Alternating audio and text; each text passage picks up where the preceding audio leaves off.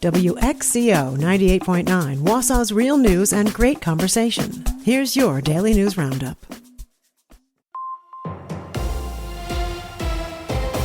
For Civic Media News, I'm Connie Fellman.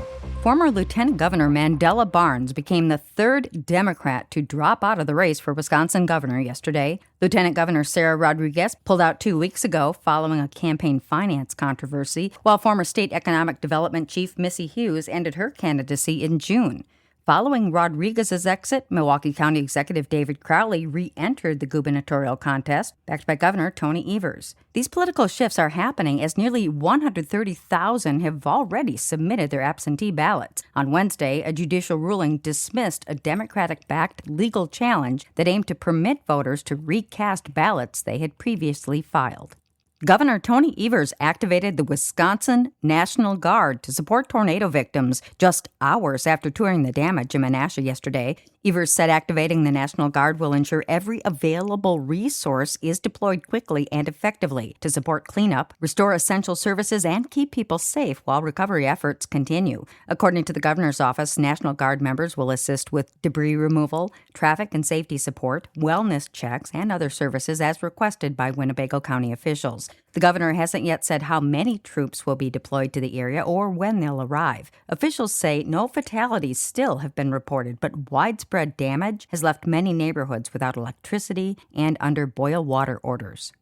Fleet Farm is launching a food drive to help out those hit by the tornadoes. Community members can drop off non-perishable food items at 2 collection sites at Fleet Farms in Appleton. Donation bins will be near the front entrance of Fleet Farm on Wisconsin Avenue and the Fleet Farm Support Center on Memorial Drive. Organizers say they're looking for things like canned vegetables, fruit and soup, peanut butter pasta, cereal, and granola bars or snacks.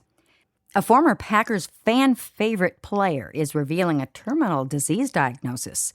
Former Green Bay Packers running back Amon Green told the Go Long with Tyler Dunn podcast that he's living with Parkinson's disease.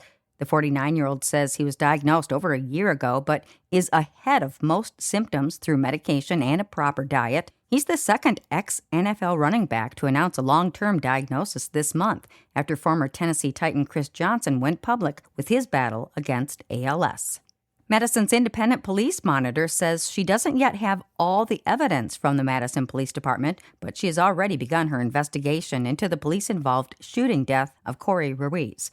The monitor says she's still waiting for the names and the incident reports from the officers involved, as well as dash cam footage. No body camera footage exists because most Madison officers are not equipped with cameras.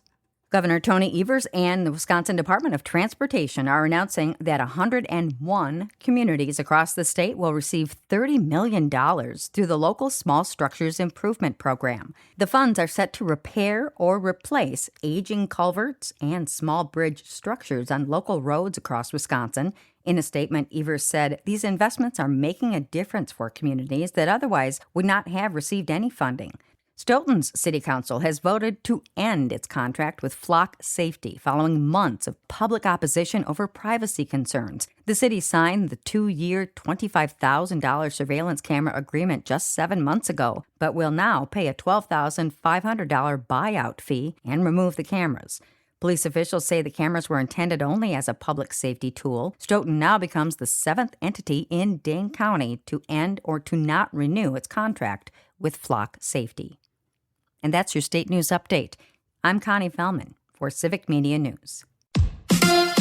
Will the Brewers make a trade? Hi, I'm Mike Clemens with sports. Baseball's trade deadline is Monday. Will the Brewers GM, Matt Arnold, make a trade like they did in 2008 for pitcher CC Sabathia? Brewers reporter Adam McCalvey. It is a time of year where the selling teams rely on emotion. Matt Arnold is in a position where the league knows he wants to add to this club. They have the best farm system in baseball, so they have the pieces to add. You know, they take it down to the very end. This is your August 3rd at 5 p.m. Central, and they try to get a GM to make an emotional decision. It doesn't always work, but then when it does work, it's the summer of CC Sabathia. The Brewers in Anaheim tonight against the Angels. NFL. Packers tight end Luke Musgrave on the physical unable to perform list after suffering a neck injury. Yeah, he was just doing a basic individual drill and felt something, and we're just hoping that it'll subside. That's Matt LaFleur with Sports. I'm Mike Clemens. It is going to be cloudy with scattered showers, maybe an isolated thunder shower today. We could get a 10th to maybe a quarter inch of rain or so with a high of 77. Tonight, cloudy with showers, 59 tomorrow. Little rain before about 2 or 3 in the afternoon, then gradual clearing with a high of 81. I'm meteorologist Sean Cable.